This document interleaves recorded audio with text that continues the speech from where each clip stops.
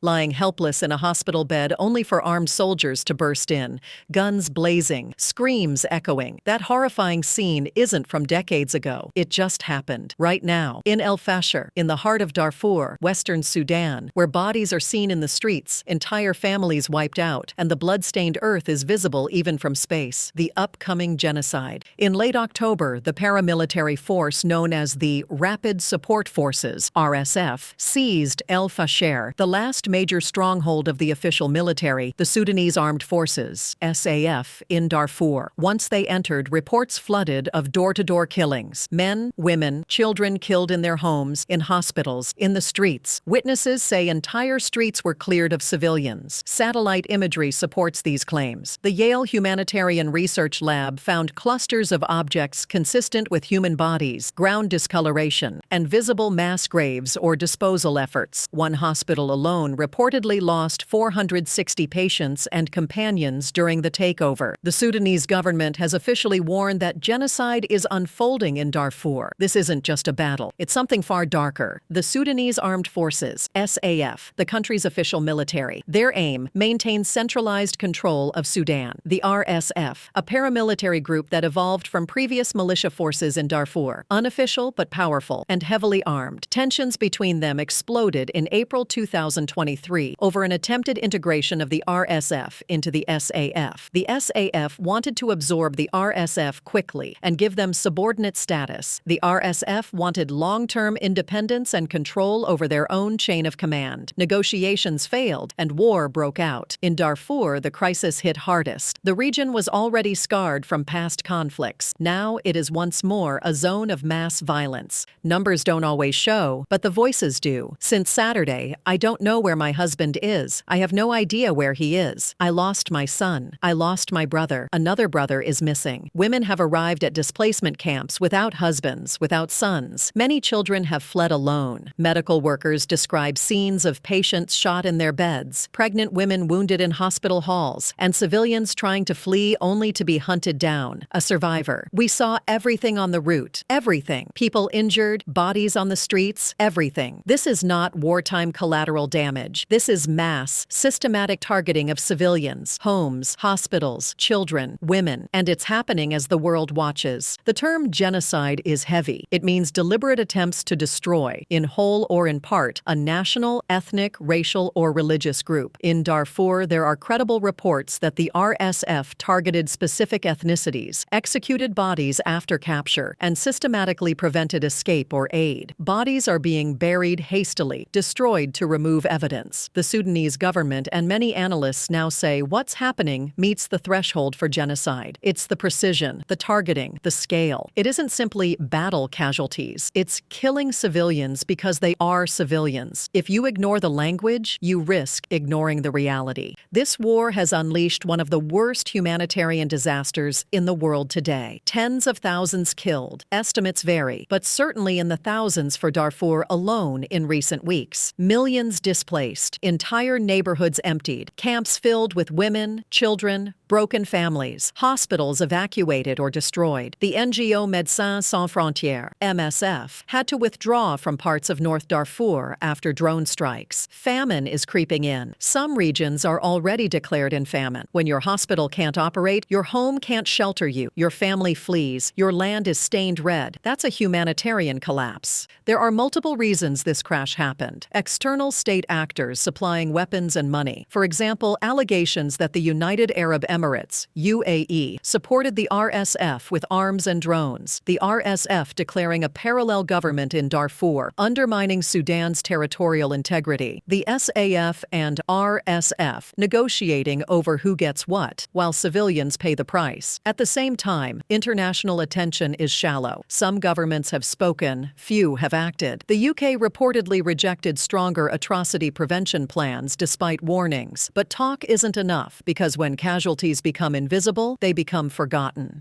Humanitarian organizations and global leaders are calling for urgent, coordinated action to stop the bloodshed in Sudan's Darfur region, where civilians remain trapped in besieged areas without food, water, or medical care. Aid agencies are demanding immediate access to deliver life-saving supplies, while rights groups push for safe escape corridors, particularly for women, children, and the elderly. Investigators are urging an independent probe into mounting evidence of war crimes and genocide, supported by satellite imagery and survivor testimonies, while pressure builds for sanctions and arms embargoes against nations and entities supplying weapons to the warring sides. Above all, diplomats insist that any political solution must prioritize the protection of civilians, hold the RSF accountable for atrocities, and prevent Sudan from further fracturing into chaos. Because the price of silence is unimaginable, because every death here is a human life, someone's mother, father, child, because horror anywhere weakens humanity everywhere, because this story will not stop when the cameras look away, because if genocide can happen in Sudan in the 21st century,